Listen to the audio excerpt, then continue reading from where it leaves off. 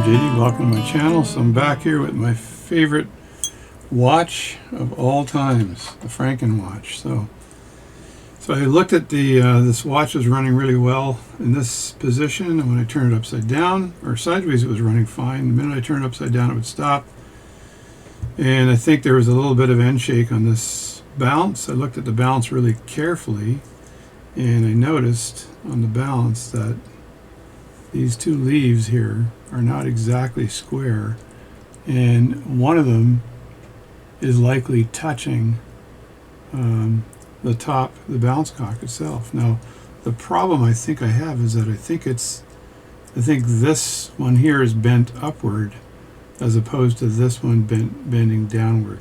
So when I kind of marked it with I just took a red marker and I put a mark on it so I could know which one was causing the problems. And let me look at the side here, and yeah, these ones are pretty good. Yeah, this one here is in good shape. Come on there, focus for me, please. It's hard to do a close-up focus like that. Yeah, this one is damn close, right? So I have to look at this one here on this side, and there might be a slight bend in the arm itself, causing that one to go up a bit. So I have to look at that. I may have to use one of them there tools to bend this one, because I think it's a bend in the arm as opposed to just twisting it with my fingers. So I have a few tools to my that might be workable here. So I'm going to grab one of those tools right now. I'm pretty sure that the bottom one going around is not a problem. It's that darn top one. So I'm going to see if I can pull that down a bit with one of my tools. Alright, here's a trick here. I want to be able to put this balance into these calipers, and this is a Watchcraft caliper here. It's made for adjusting pocket watch balances, and I've got a stand here I bought from a hardware store that's really good, and I really want to hold this lightly because I don't want the pivots to get broken as they go in here.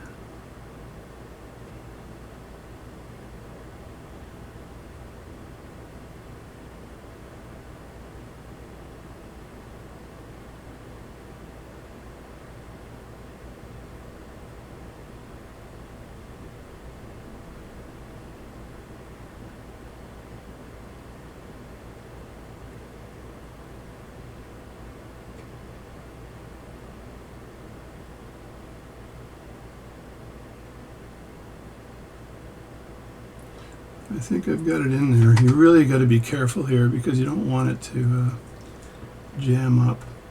That's not too bad. And now I have this arm here I want to adjust. So it's a little bit difficult to see, but there's the arm there. And I want to adjust that arm so it's just over the top of the balance, and I can see how close that balance is to the little arm there as it goes around. So I can actually check out, I can actually find the low spot on it if I do this properly, right? So just bear with me as I adjust this. So I'm just going to loosen the screw on one side here and then lift it up a bit and just kind of lower it down close, but not super close, because I can turn the top of this. Let me tighten it up, and then let's get the right camera angle for you guys, but I want to tighten the bottom part right there, right? And sorry about the focus, but it's an automatic focus. Tighten the bottom part there, and then just push this part down until it's close, right? And I want to be very careful here. There, that should be good enough there. And to move this around, the safest thing to do to move this around is to use a brush, because you know with a brush you're not going to overstress anything. So if I just move this around, I want to see which part of this balance is there. Look at that. So when it hits right there, it's super close, and if I keep rotating it here, it's still relatively close, but it gets farther away until I hit this part here, which is perfect. And then I go back down this again, and I see that this right there is super close. So I do want to bend that part down. So let me just turn this a little bit so you can see that. That's the part that's super close right there. Let me point with my tweezers for a second so you can see it's that part of the balance. Just don't screw things up. That's the problem when you're doing videos. You can easily screw something up. So it's that part right there that needs to be pulled down a bit, right? And that means the balance arm is warped a bit. So that needs to be pulled down. So again, as I was turning this around, you can see that over here the gap is pretty far away, and you can see that gap right there.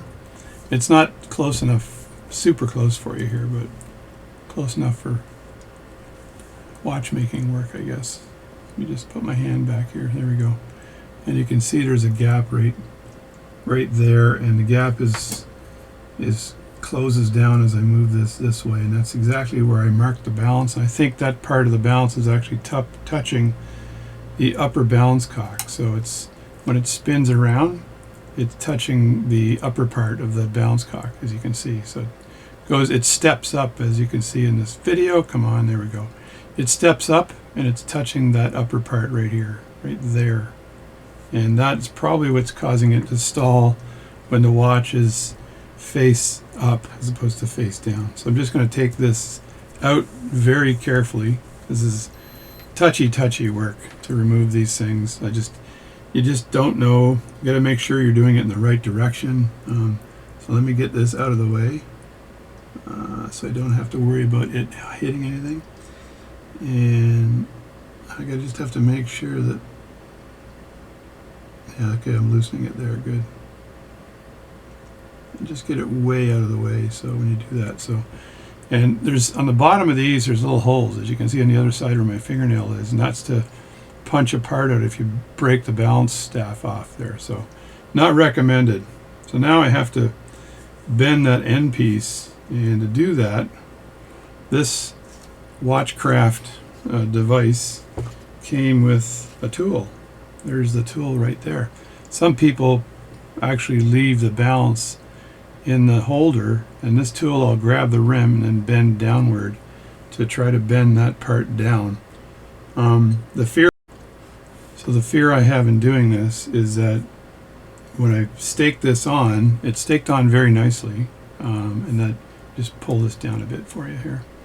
Yeah, when I stake this on, it's staked on quite nicely, and I really am worried about when I bend it down, am I going to cause the rivet to loosen where the staff is? I don't want that to happen, but so this is the kind of touchy work that you end up having to do on balances. And so this is the good side, and the other side is the bad side. And this part of the bad side needs to bend down. So it's this part right here that just needs to bend down a bit.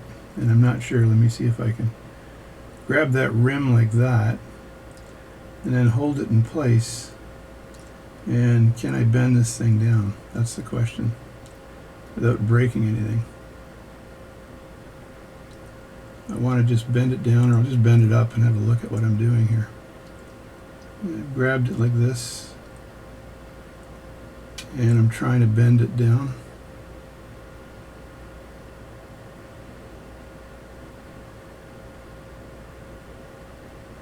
That's not too bad right there. Now I don't know whether I've bent that down or the other one up. That's the problem I have with this whole configuration.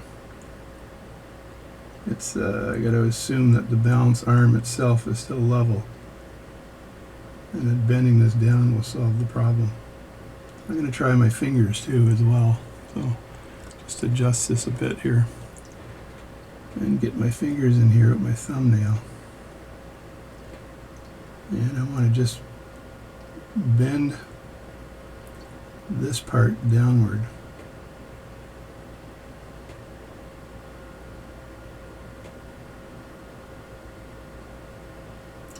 Man, that's tough stuff.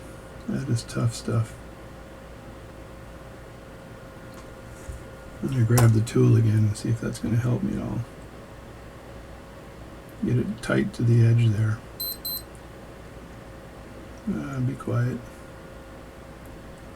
Stop warning me of oncoming danger.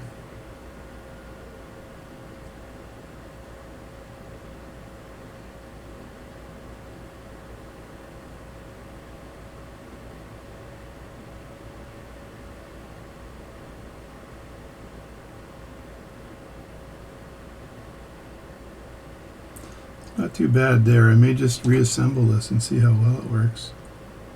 That's pretty close there. Now let me look at the other side. And of course the other side now is a separation. Damn.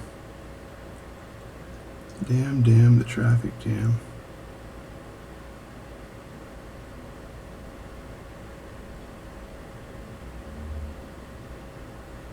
Alright. It's not too bad there. And I don't know if that's true to flat now, because I got to check that for being true to flat.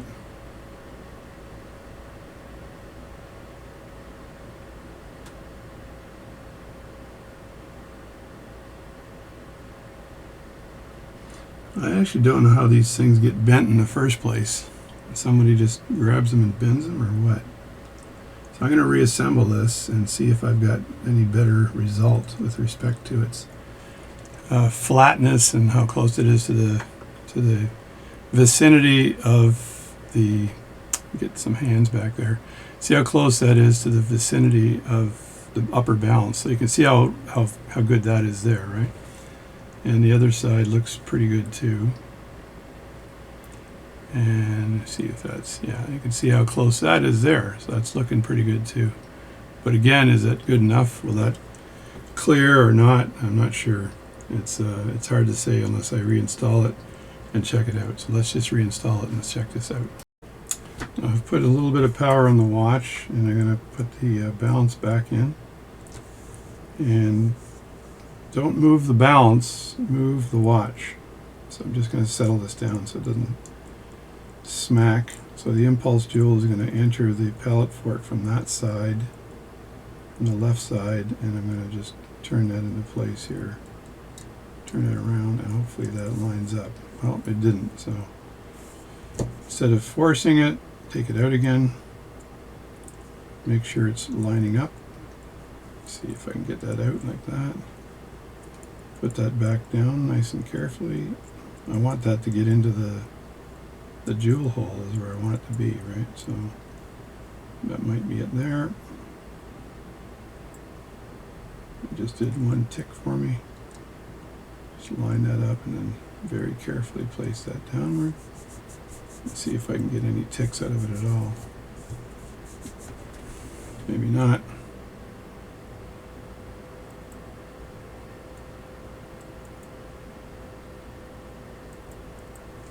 No, it's the department of not very good. I'm just going to see how much space there is in between the balance and the upper part. It looks pretty good, actually.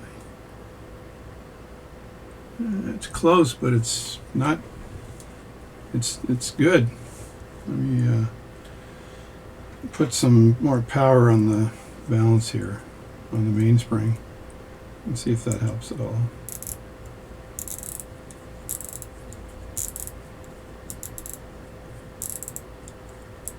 Well, you can see that this is supposed to be way over, so let me just move this into place like that, and then here we go. I got a bit of action happening there, and I don't know if that's going to stall when I push down. It is a bit. I don't know whether I need to shim that again like I did last time. I think I got my shims over here somewhere.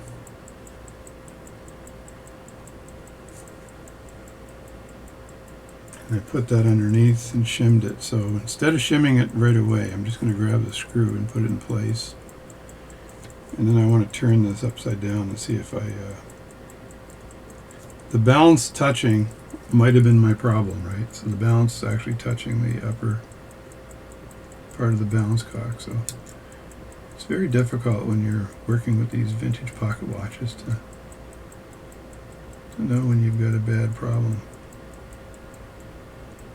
See, I put a little bit of tightness on that balance and then it squeezed it nicely, so or poorly. So it's still slowing down upside down, but I don't think it's touching anything.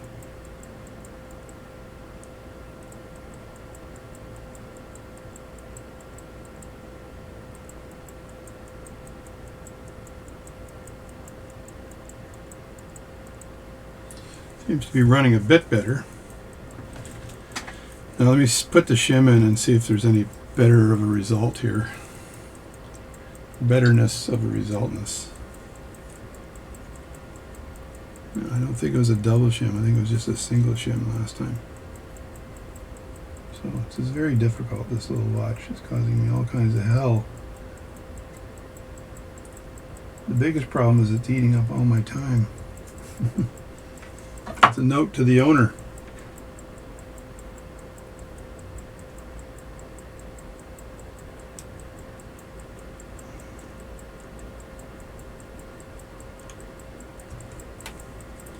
Just trying to loosen this up here. Gotta get this microscope out of the way, or stereo microscope out of the way. It keeps hitting my arm. So I just want to somehow get this in the air a bit. There we go. And then line that up. Send that way over to the back. Like that. There we go. Now I should be able to tighten this down unless I was too tight with it before. So let me see if it does it.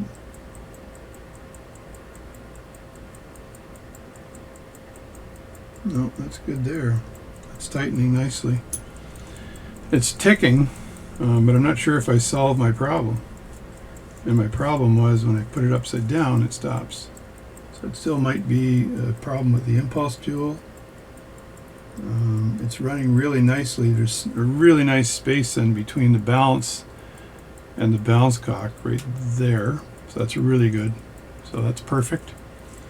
And I don't know whether it's going to slow down upside down. It might have been the jewel, impulse jewel problem, but it is running better like this, but still not perfect. And if I look at it right now, the balance is not touching the balance cock. That's not a problem, but it is slowing down and stopping.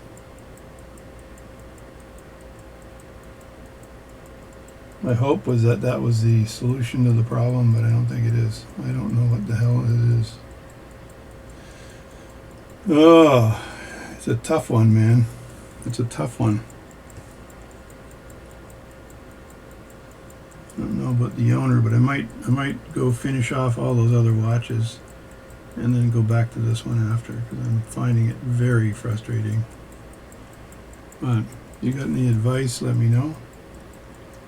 Like I said, it runs nicely this way, and the minute I turn this bugger upside down, I thought it might have been the balance jamming against the balance cock, but as I just turn it upside down like that, it is not the problem.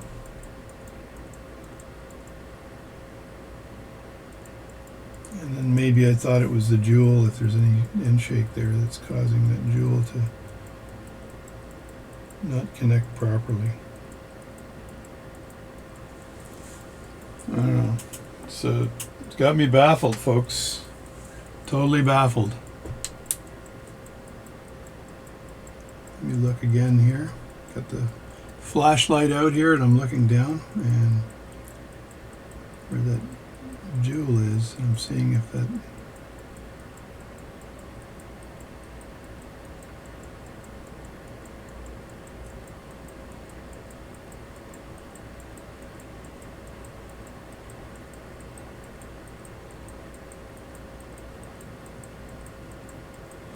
it works. Like even at a 60-degree angle, it's still ticking, but not well. I'm just wondering whether it's the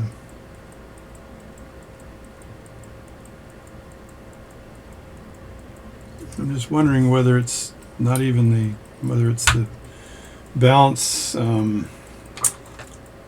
fork, like the pallet fork, that's causing this. I'm going to look again with these crazy ×10 glasses here to see if I can see in there, and then I'm going to end this video because you guys are going to be sick of me doing this. You're probably sick of it already. I'm just These are the problems you get with maintaining or trying to repair an old vintage pocket watch. When you have stuff like that happening and you're trying to figure out, is this touching somewhere? Why is this slowing down? Je ne understand pas.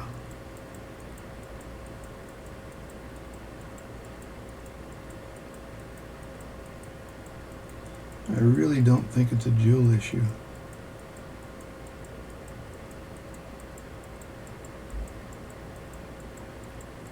Maybe it's the stones or something on the pallet fork.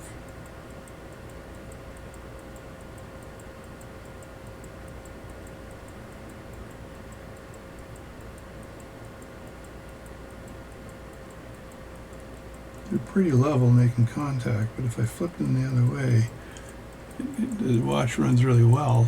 Does that mean the pallet fork is now more free, or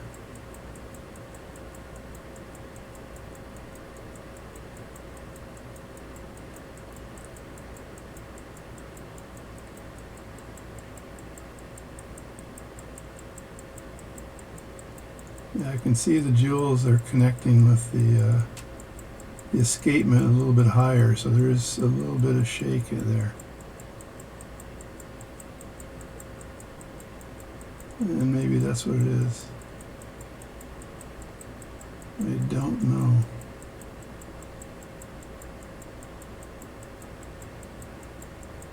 Now what I could do is I got some special sauce here that I sometimes use on the jewels on a pallet fork, and I don't think I've put this on yet. So this is Mobius 9415, and it's super good. So maybe if I put just a dab on the teeth of the pallet fork, it might. This is the jewels, the pallet fork jewels. It might loosen that up to let that spin. Just let me try that for now. All right. The brave part of me is when I basically videotape everything, I get criticisms from everybody. So be kind, okay? So here I've got this special gel, and this is specifically made to put on the jewels on the pallet fork. And I don't believe I did it on this watch here. I'm not sure if it's going to make a difference. I'm not sure what this thing might be touching that's causing it to kind of get jammed up in the upside down position. But I can see the pallet fork. Let me just go this sideways here, if you can see what I'm doing here. Moving back and forth. And I can see the impulse jewels touching. I'm going to have to do this without kind of showing you, because what I'll do is I'll put this, instead of putting it on the impulse jewels, I'm going to be putting it on the feet of the escapement.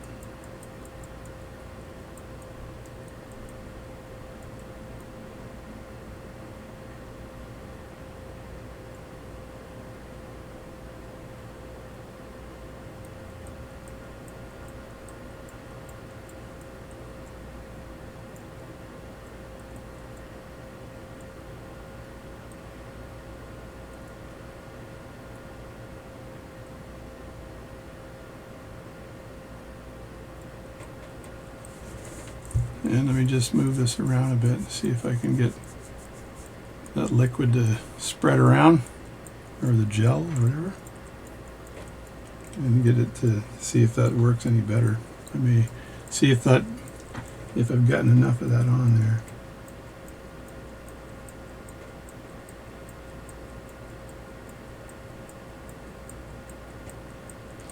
I know the pallet fork itself drops down. There's a little bit of end shake there because this is an old watch, though. An old non-jeweled watch.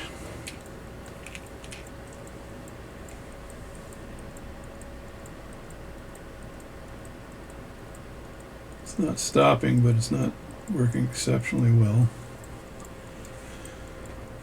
Oh man, what to do, what to do.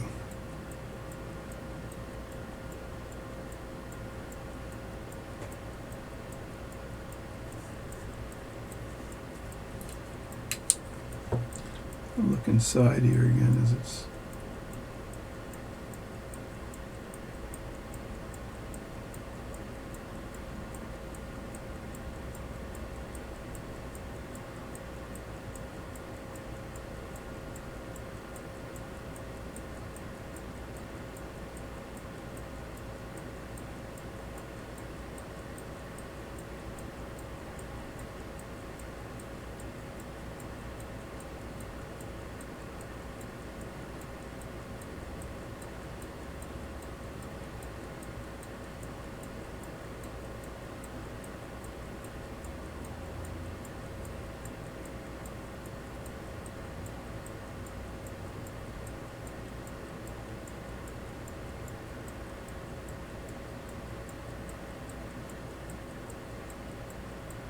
Also looking at the horn on the pallet fork to see if the horn is doing anything here, but I don't really think it is.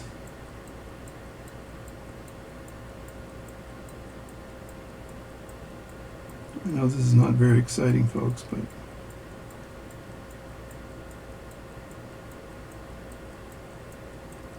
this is exactly what happens when you try to repair watches.